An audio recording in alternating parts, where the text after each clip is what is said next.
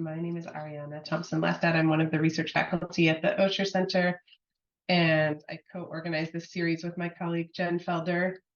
And I'm a little sick today, so hopefully I won't be coughing as I talk briefly. We'll have about 15 minutes for Q&A at the end and wrap up right at 1 o'clock Pacific. So Dr. Rima Vesely-Flad is the author of Black Buddhists and the Black Radical Tradition, The Practice of Stillness in the Movement for Liberation, which is a new book published last year. She is a visiting professor of Buddhism and Black Studies at Union Theological Seminary in New York City, where she teaches classes on Buddhism and social justice. She formerly taught classes in philosophy and social theory and directed the Peace and Justice Studies program at Warren Wilson College. In addition to teaching classes on Buddhism in the US context, she writes and teaches on mass incarceration. For several years, she directed the Inside Out Prison Education Program, a partnership between Warren Wilson College and the Swanoa Correctional Center for Women. She's also the author of Racial Purity and Dangerous Bodies, Moral Pollution, Black Lives, and the Struggle for Justice. You can learn more about her work on her website, which I'll put in the chat for a second, and of course, in this talk that she's about to give. So welcome, Dr. Vesely-Flad. Thanks so much for being with us. Thank you so much. It's great to be here. Great to see so many faces in the middle of a work day. I don't think that's a small thing at all, given our schedule these days. I will jump right in, and I'm going to actually use the share screen function to pull up a PowerPoint, which what I was saying, I'm not the most savvy person when it comes to PowerPoints. However, it was interesting to revise this one for this particular conversation and realize, wow, I really, after giving so many talks on my book in the last year or so, year and a half, really have learned so much about what is resonant, what is provocative, what is helpful. I'm going to go ahead and get started.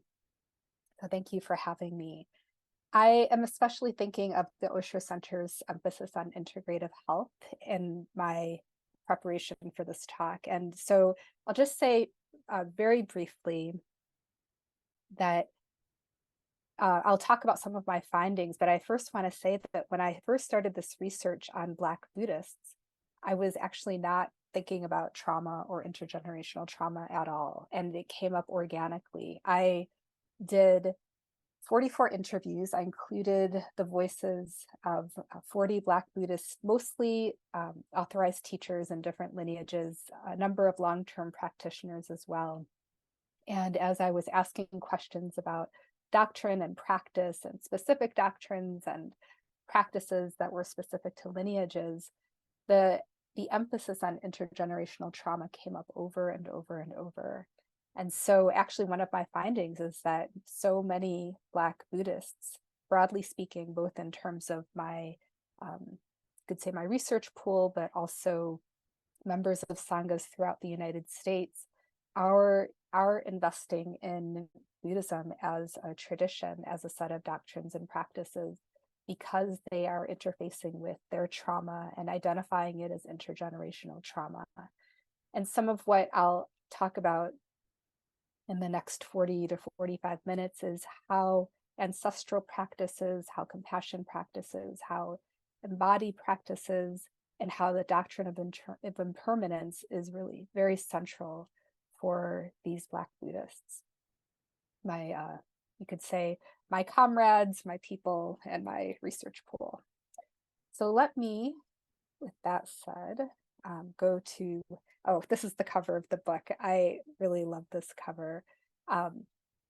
The emphasis, the overarching theme, I'll just say very briefly, is that while we have within the Black radical tradition a strong emphasis on healing psychological, you could say, damage or degradation, the narratives of white supremacy, how they have been internalized.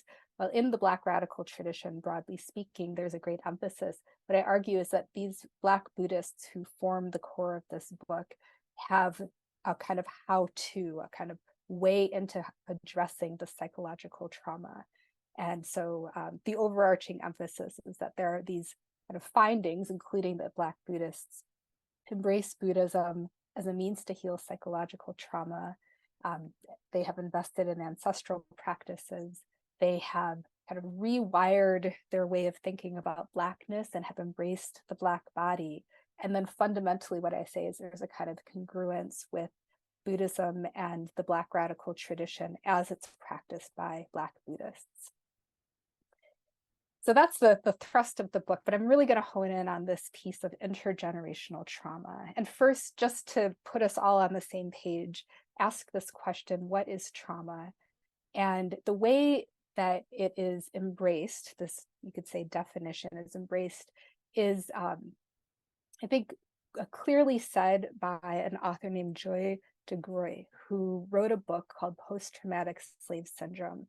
And I uplift this particular definition because it's quoted everywhere by Black Buddhist practitioners. And actually one of the people, I'll bring her up later in the slide, but she is a psychotherapist by training, and she leads retreats to heal intergenerational trauma with an organization called Peace at Any Pace. They lead retreats called Deep Time Liberation Retreats.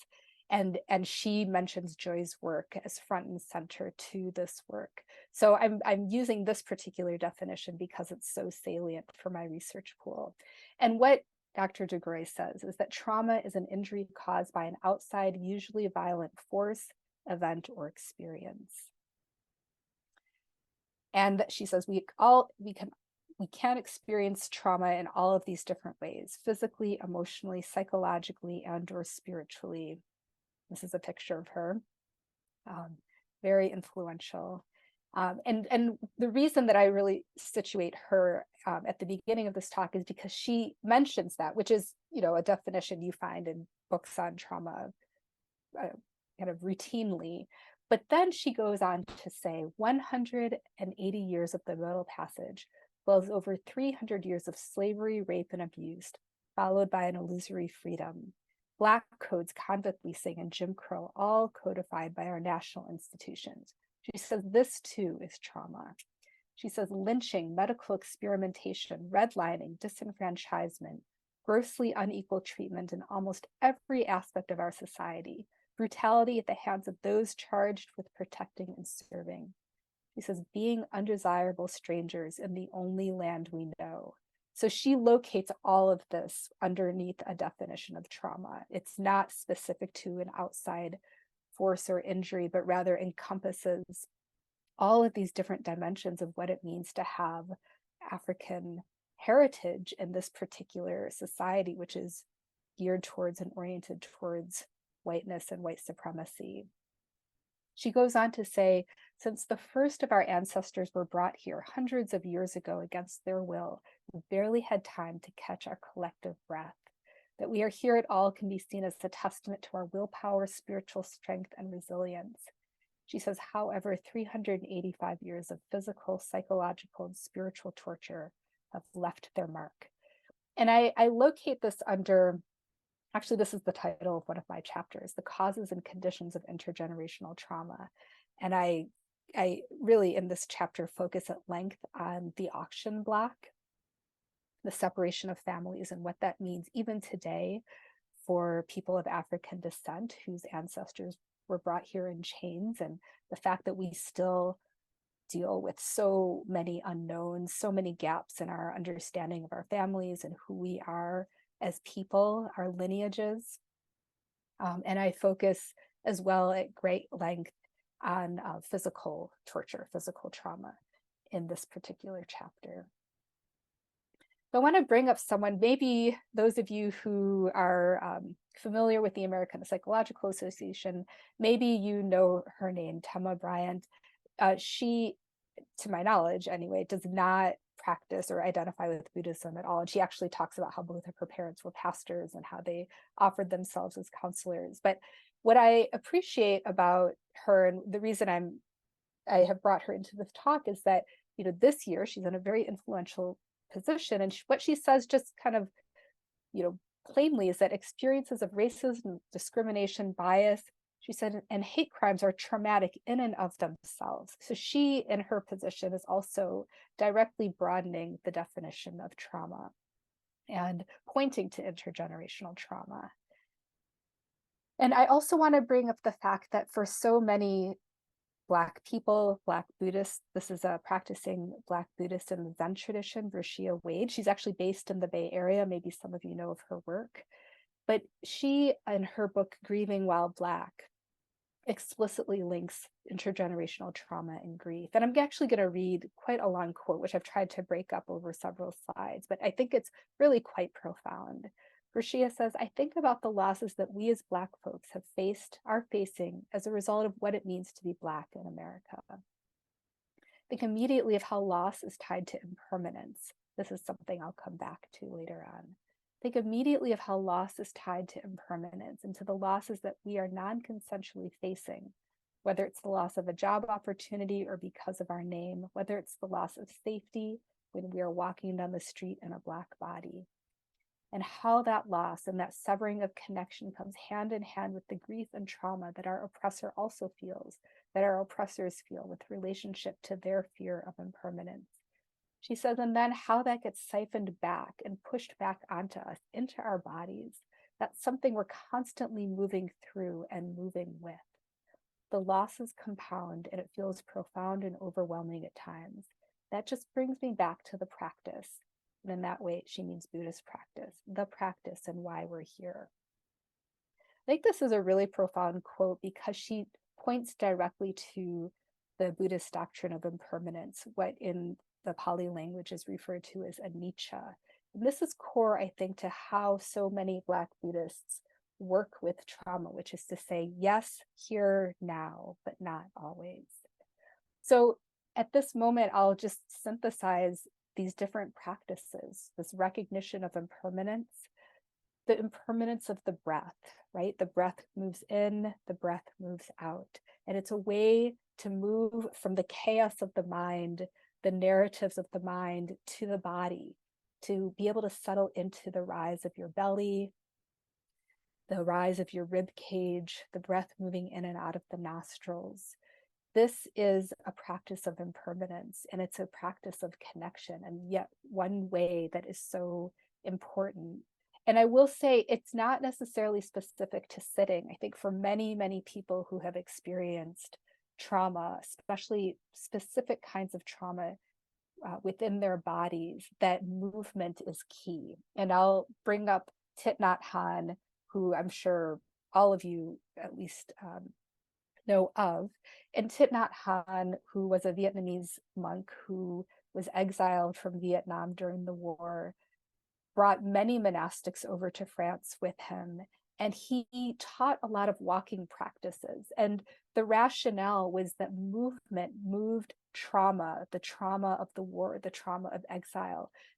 Walking moved the trauma through the bodies of these monastics. And it was a practice he taught throughout the world. But it is to say it was also a practice of connecting to the breath. And he refers to that in many, many, many of his books. So breath practices are not, I don't mean to suggest only sitting or stillness, but rather a way to connect with the breath within the body, even if the body is moving. I also want to bring up at this time compassion practices. And you kind of heard that in especially Rashia Wade's quote, that there was just so much compassion, the speaking of loss, and how compassion practices for so many Black Buddhists are central because it's a way of offering to one's own heart, to one's own mind, a kind of tenderness, you could say, kind of softness. Whatever trauma might be arising, whatever distress might be arising, to bring a kind of tender voice, a kind of tender, you could say sometimes mantra or recitation to the trauma, to the distress. So that too is key for so many Black Buddhist practitioners.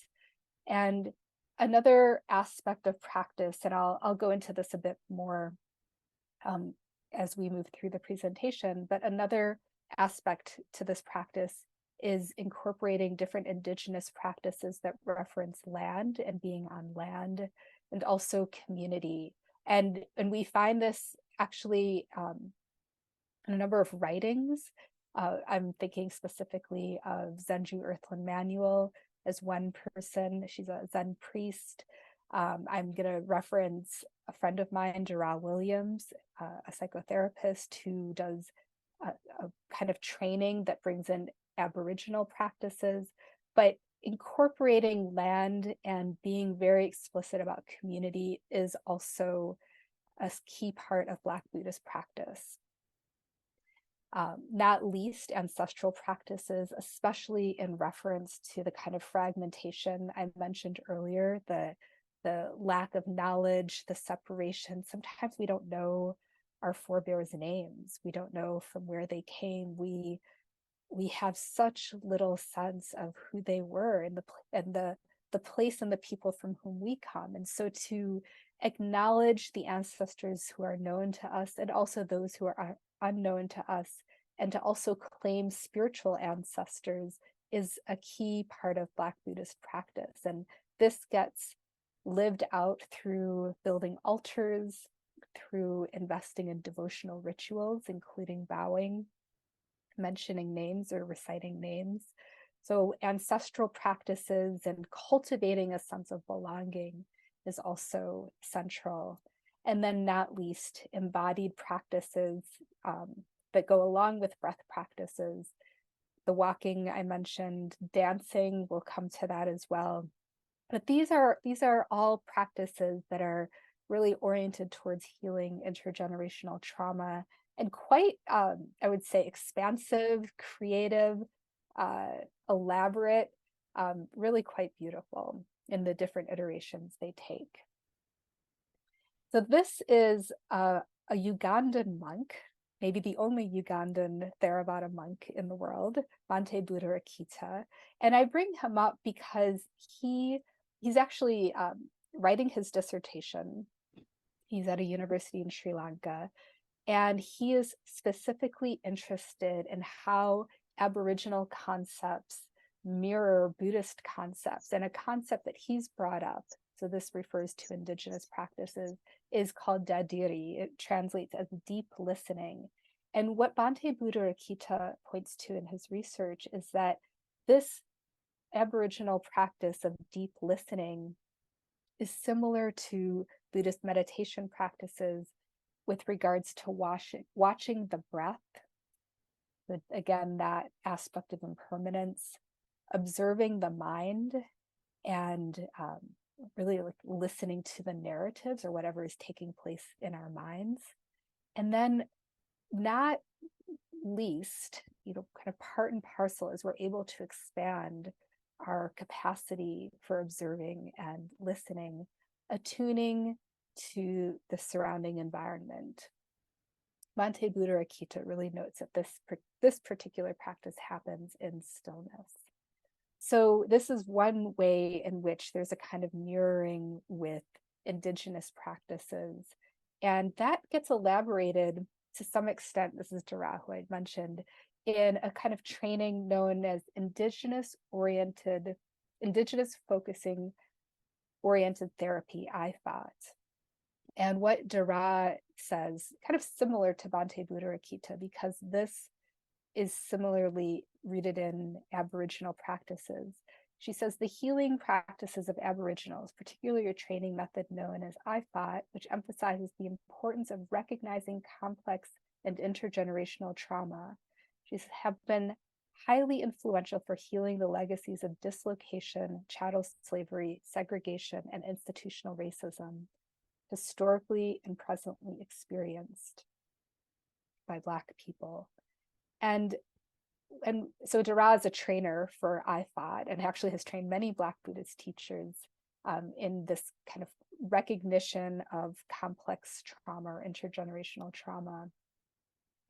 And I'll also bring in some other important voices. So again, another psychotherapist, Dr. Claudel Glasgow, not in quite the same way as Dara, but Dr. G references the importance of indigenous practices and being present with ancestors as a way to heal. And Dr. G is in the Shambhala tradition. I'm going to read this quote from them verbatim. I think it's worth reading out loud in its entirety. She said, or they say, the ancestors are saying, don't be distracted. Don't be distracted by the ways which our bodies are used. The Black body is used for entertainment historically, for service, for labor, for being the container, for all that people don't want to look at. They say,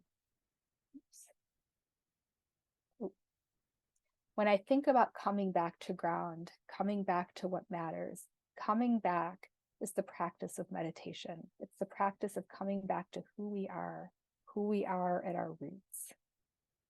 Dr. G goes on to say, and we are far more, Black people are far more than the bodies and the labels and the attributes that are given to us, oftentimes by other people. We are the very soil that produces the fruits of this earth. Let's resource ourselves back to our fundamental goodness that is beyond, in some ways, even more than I can imagine.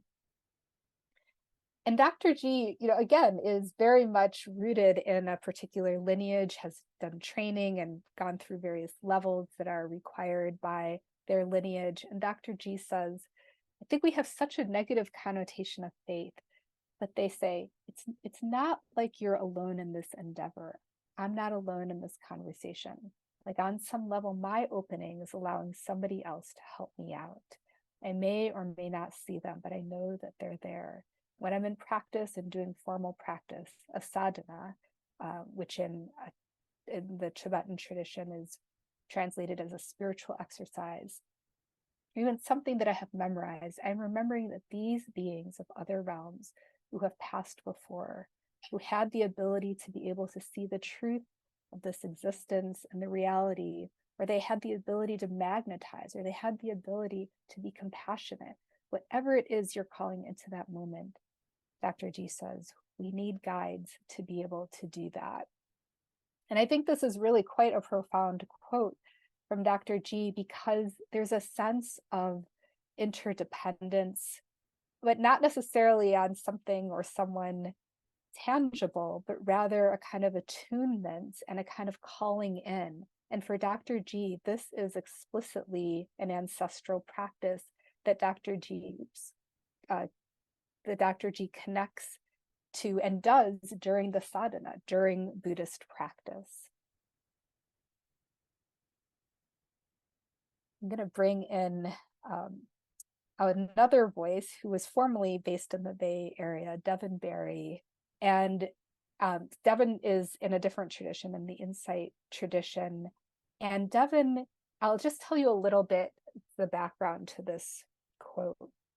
I've actually done a 5-week, I think it was a 5-week course at Spirit Rock, and Devin was my first conversation partner, and it was really amazing to know that here is someone who has done something that few of us will ever do, and has gone to places few of us will ever go. And what Devin has done, really actually indebted to Thich Nhat Hanh and to some other Buddhist teachers who have specifically tried to address intergenerational trauma. What Devin did is go for 3 months to meditate on plantations.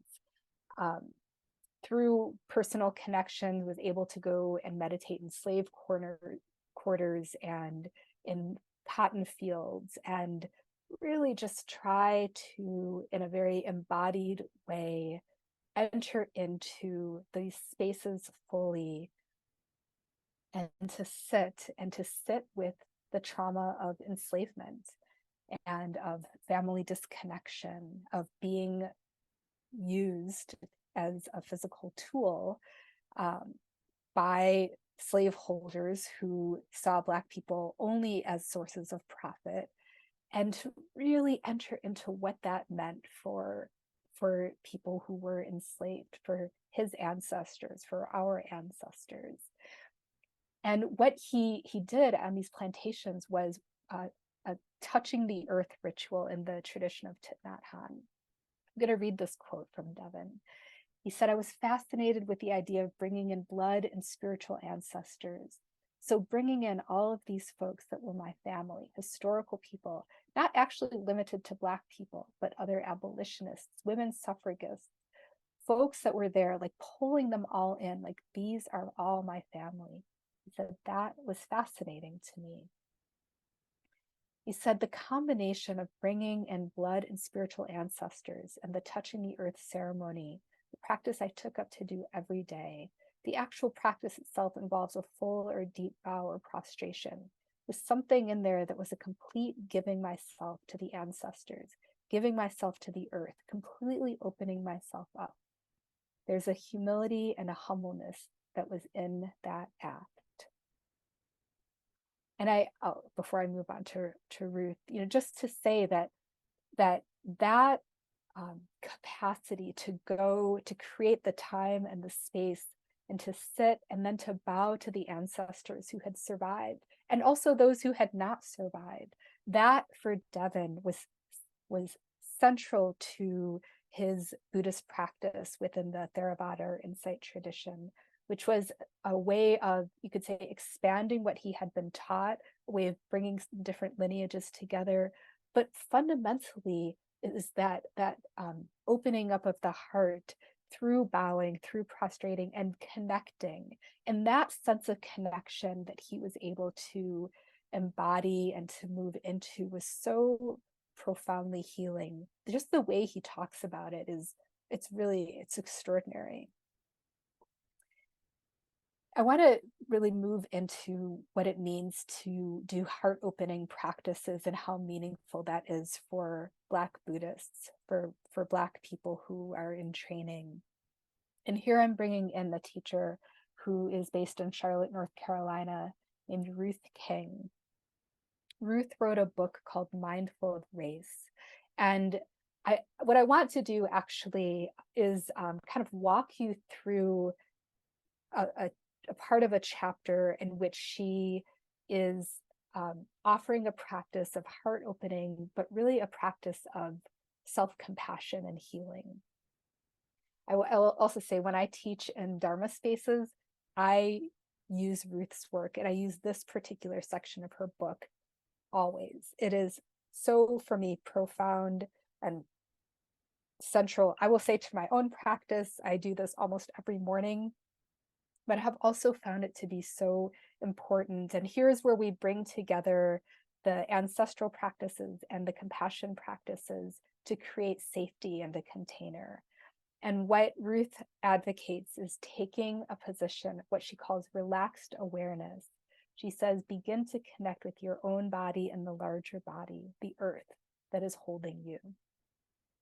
So she first says, attune to your body, attune to the earth, Mother Earth, that which is holding you, and then invite in a trio of protection to surround you. And what she says is you can invite people to to imagine that their ancestors are holding their back, holding their shoulder blades, so that there's a sense of being held by people as well as the earth.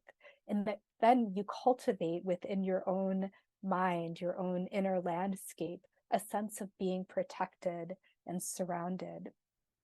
She then says in this meditation, bring to mind an aspect of yourself that needs your compassion. And when you are able to be present enough, when you're able to really identify a part of you that may be grieving, may be wounded, may be pushed aside, may be anxious, if you can bring that aspect of yourself, a kind of feeling tone, if you will, that needs your compassion, she says, allow yourself to be touched by its presence. She says, welcome it. So you can actually talk to whatever surfaces, like it's its own entity, saying, I care, I care. And then she offers these statements. So these are the ones I do in some way, shape, or form for in my own practice every morning. But she says to do these silently and to really feel a good intention behind them. So these are the phrases. There are many phrases. I just chose the first 4. But she says that we say in a very deep, compassionate way with our ancestors holding our shoulder blades. We say this to ourselves. Welcome, dear one. I see your pain. You don't need to be afraid. I will take care of you. I'm here. I care about your suffering. I will stay with you. I will breathe with you. It is my wish that you care for you wholeheartedly right now, for as long as it takes. May you be soothed. May you be healed. And I'll just say how within the depth of meditation and cultivating a kind of compassionate presence, how these words land. Think, especially the sense that your ancestors, maybe even the ancestors you don't know, whose names you don't know, but your ancestors have become present with you. As Dr. G says, kind of calling forth that they have figured out survival if nothing else. So to just have the sense that they have shown up and that they wish for you soothing and healing in the midst of this harsh landscape. These are really profound healing practices that are oriented towards healing how we may be in the present moment, but also the kind of disconnection that frankly is something we are born into the world experiencing because of the history of slavery and Jim Crow racism and migration in this country. So starting to sum up a bit here. So we could say that Black embodied liberation, this is my language and I change it periodically, but my language today, Black embodied liberation incorporates devotional rituals. For so many, I mentioned walking, but also dancing, a kind of sensuality sometimes, the practice of joy. Maybe you've heard this phrase, Black joy is Black resistance. And I'll bring in the words of a teacher. She's in the Insight tradition. She wrote a book called You Belong. And she says, now bringing in Black writers, she always references James Baldwin and Audre Lorde. She says it was only rereading Audre Lorde's essay, Uses of the Erotic as Power, 7 years ago that revitalized my aspiration to include the sensual, sexual, and erotic in my spiritual life. And dance has become a big part of that. So for Sebene, ancestors who hold us in pain, but also ancestors who have modeled ways of being in the body, kind of sensual approach, incorporating sexuality and the erotic, to see them as not separate. Here are photos of them, Baldwin, James Baldwin and Audre Lorde. And I'm going to bring in a quote from Baldwin, whose work I use quite a lot in my own teaching and research. Baldwin, in his book, The Fire Next Time, and so many Black Buddhists are indebted to his work, his way of indicting white society, myopia, denial, the pushing away, the fear of death, and also his emphasis on compassion and love. And one reason I think Baldwin is so resonant for Black Buddhists who are in this process of healing intergenerational trauma is because he took suffering so seriously. Baldwin turned towards suffering and named it and saw value, not a kind of redemptive suffering as much as to say we suffer, and actually those who can suffer have achieved something worthwhile. And I bring him in as a spiritual ancestor and as someone who's been so important, who talked about sensuality and talked about joy in the same voice in which he talked about suffering. What Baldwin says, particularly here in this quote in the fire next time, is people who cannot suffer can never grow up, can never discover who they are. I'm going to expand his language to be gender neutral. That person who is forced each day to snatch their personhood, their identity out of the fire of human cruelty, rages to destroy it, knows that even if they survive their effort, even if they do not survive it, something about themselves and human life that no school on earth, and indeed no church, can teach. They achieve their own authority, and that is unshakable. I think for so many Black Buddhists, this is so profound because Baldwin is turning towards, again, a kind of sensuality that he celebrates, but also a kind of suffering that is deeply, deeply meaningful. And I want to point your attention to this first sentence. People who cannot suffer can never grow up, can never discover who they are.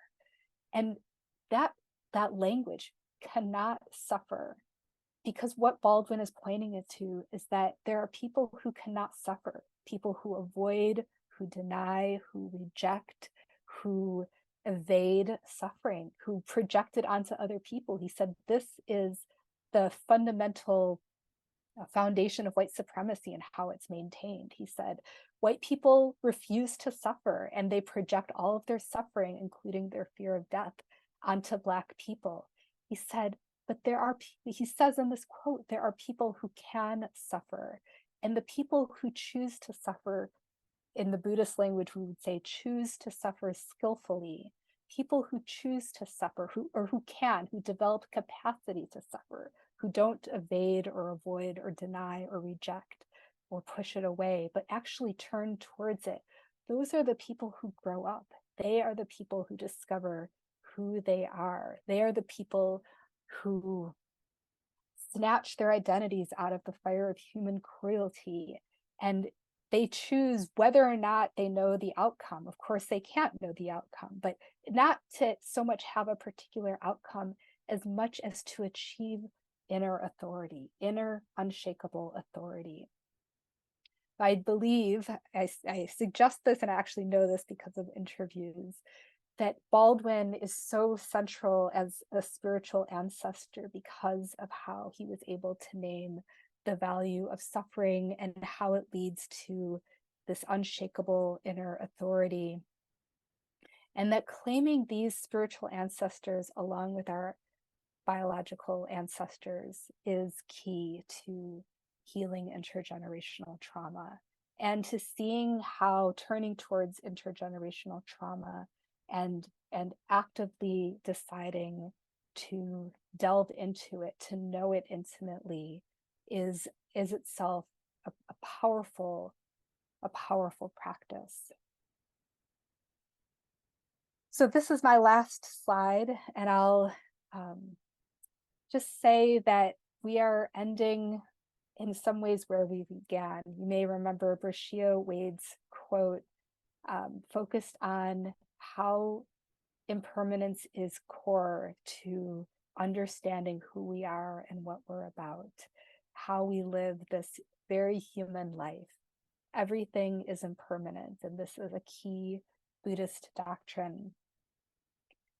One way that this is so powerful is, and Baldwin pointed to this over and over and over, ways that he was able to flip white narratives on their heads and say, there's not a Negro problem, there's a white problem, just the ferocity of language like that. But what this fundamentally means for so many Black Buddhists is that the narratives of white supremacy are impermanent, they're hollow, they're unstable.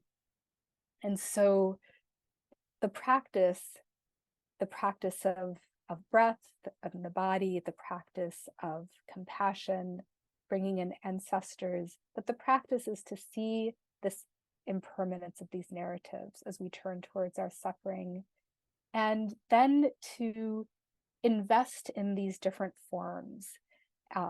Again, compassion and seeing clearly, turning towards ancestors, including our spiritual ancestors, turning towards indigenous ways of seeing and knowing, and then of dancing, of erotic energy, and of cultivating joy.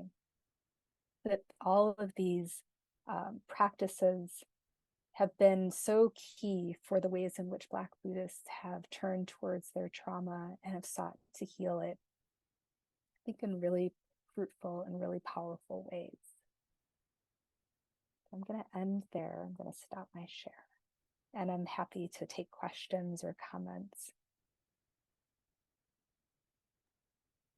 Thank you so much for that lovely talk. Folks who are here listening, you're welcome to turn your video if you want to, and to send me more additional questions in the chat. One logistical question that someone asked is if you are willing to share your slides from this presentation. Oh, I'm happy to. I did notice a typo, so I'll correct that before I share it, Okay. but I'm happy to. And like we mentioned at the beginning, this is also being recorded, so it will be available for folks who aren't here to watch, or if people want to come back to it afterwards. I want to ask you one question that came up related to a project that I worked on with some other folks from the Osher Center, which was a research project with East Bay Meditation Center, based here in the Bay Area, we did focus groups with primarily people of color connected with East Bay Meditation Center, specifically about metta practice and how people were using metta practice. And most of the data we ended up collecting in like May, June, July 2020. So during early months of COVID, and also when a lot of people were actively involved with Black Lives Matter protests and related. So I'm just curious, in your interviews, if anyone spoke about metta practice in particular among... Yes. The 5th chapter of my book is about specific doctrines and practices, and many of the teachers I interviewed talked about the importance of metta practice. So I actually have a whole subsection and outline, not just metta, but the Brahma Viharas, which are known as the heart practices. And metta is maybe the most well-known one in this particular context. But right, metta, and actually the meditation I included from Ruth King is a kind of metta practice, and she refers to it as a compassion practice. But it's, metta sort of traditionally has 4 phrases.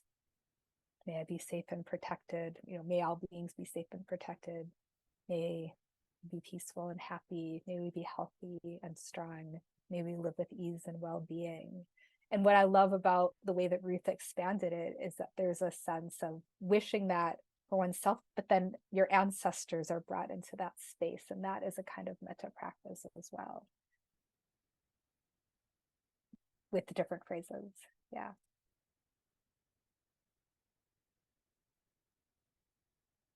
I was going to take questions, but I'm coughing a lot. So I'm going to see if folks who have questions want to just speak them yourself out loud.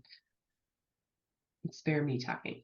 I'm happy to answer anything that is present or maybe unfamiliar.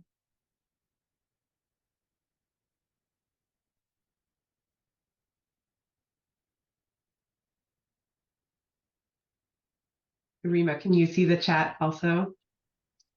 Oh, okay. Now it's There's just one comment, not question. So I just wanted to see if it's coming directly to you. I'll just say, in response with regards to Devin Barry's story, that it's really quite amazing that he was able to create the space in his life, that he had these connections, in addition to going and doing meditation on huge plantations, some of which are still operating in some way, shape, or form, some of which are no longer operating, but maybe have been turned into a museum or simply another entity. That he also contacted members of his family, white members of his family, who didn't know about him, and it was hard, it was difficult, it was painful. Something that he talks about publicly is the sense of shame that arose when he began to try to build relationships with white ancestors who he learned of through DNA research. That's my understanding. So, there is a kind of expansive quality of going and sitting in the fields, sitting in the slave quarters, but also attempting to trace lineages and just how hard it is, how very challenging it is, but what he talks about is how his practice really held him together, that it was a sense of refuge. It became that sense of refuge. I wrote, and it's somewhere somewhere in the universe online, but actually wrote an article about Devon it was really because of his indebtedness to Thich Nhat Hanh. But that article, which is somewhere out there, maybe it's on my website, I can't remember. But anyway, you might be able to find it, and it goes much more deeply into what this experience meant for him. So that, if you're curious, that might be worth looking for. Do we need to? There's a question about posting email addresses to receive slides. I don't think so. Virka, can you confirm when folks register for the talk, they have to put in their email, right? Yeah, they do. So I think we can follow up with everyone who registered, and once we figure out the best way to share the slides. I have a question, if I may. Yeah. Thank you. That I'm not sure really how to phrase, kind of express my inquiry is in teaching meditation in a group of people of mixed race, and make these practices, like I was specifically say Ruth King's practice, like all inclusive, about especially regarding different ways people are oppressed or have a history of trauma and intergenerational trauma. Yeah, I want to recommend, if you don't already have it, recommend Ruth's book. And partly it's because she specifically wrote it for mixed race audiences. Like, she is actually quite explicit about that. So it's worth reading in its entirety. And also the meditation that I referenced in the slides is not specific to people of African descent. So I think it is, I'm just thinking of the work of, say, Gabor Mate or Resmaa Menakem, and how they have spoken so much about trauma and so much about contemplative practices, and how it's important to be both very specific and also not too narrow. And I do see that Ruth's approach is very similar. So that these ancestral practices and the fact that sometimes we think of our ancestors and we think of being harmed, that our ancestors have caused harm, and it can be off-putting, it can be distancing, or maybe even intolerable. And so that's where I think it is important to also bring in spiritual ancestors to create that sense of refuge. That's where being able to point to people who have, in some way, shape, or form, been able to speak to your very particular experience, but also embody perhaps a different way that you've known for healing, for challenging harm, challenging oppression.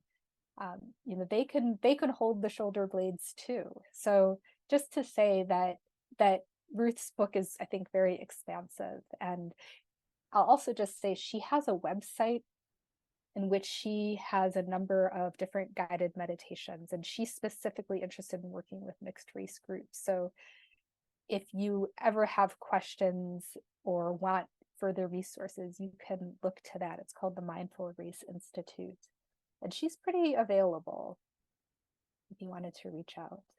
Thank you. Thank you for your presentation as well. Yeah, thank you. I see a hand raised. is it Gia?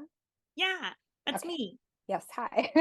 My literal hand where my hand emoji is. Yes. So yeah, first off, I just wanted to say thank you so much for not only doing this work, but also like your presentation for it is just so thoughtful. And I am hoping that you could speak to some of your recruitment and sampling strategy for your research, and then also maybe some of like, like the personal reflection and sort of like personal and professional boundaries for like your own self in doing work that is also so closely related to your own experiences and your own practice. I'm still a doctoral student, so this is something that I'm constantly thinking about as I set boundaries for what I will do for research, what I won't do for research, what I'll share in a professional space, what I'll be like, no, so some of that too, please. Yes. Well, they're great questions. And I'll just say this wasn't my dissertation. And for my dissertation, I wrote on something that I cared a lot about and that I actually had worked on as an activist. I wrote a book on the penal system, but had a very, very different approach. For this book, I, in my introduction, self-identified as a scholar practitioner, and I was very explicit about that. And I brought in references of other scholars who also self-identified and kind of formed their methodologies with that kind of in like at the center of how they introduce themselves and their work. And with regards to recruitment, I initially developed a list primarily based actually on the writings of Black Buddhists. A number of personal testimonies were coming out, and from there began to expand by really like word of mouth and reaching out. I have learned so much in the process. Actually, I'm starting a new project this summer, should it get funded. I'm at the verge of submitting a grant application, but I'll just say there are great omissions in this book, and I am aware of them. And one of my very, very first endnotes says, this is what the book misses or doesn't contain. And for me, not to be like self-indicting so much as just aware of the gaps because of my emphasis on authorized teachers. In some ways, I missed out on a whole population, which I was aware of, but not sure how to enter into. And that is, it's a Japanese lineage called Soka Gakkai International, SGI. And some mainly anthropologists have identified this community as the largest community of Black Buddhists in the United States, largely due to its formation initially. But it's a lay order. It's not an order in which there are authorized teachers. So when there are gatherings of Black Buddhist teachers of different lineages, because they're not quote unquote teachers, they are not part of the pool of invitees. And what it meant for me is I was invited as a scholar, I'm not an authorized teacher. So that is a boundary I have. I'm not included in this research pool because of that. But when I would show up at these events and meet and learn about teachers, authorized teachers of different lineages, there was a community that really was not represented.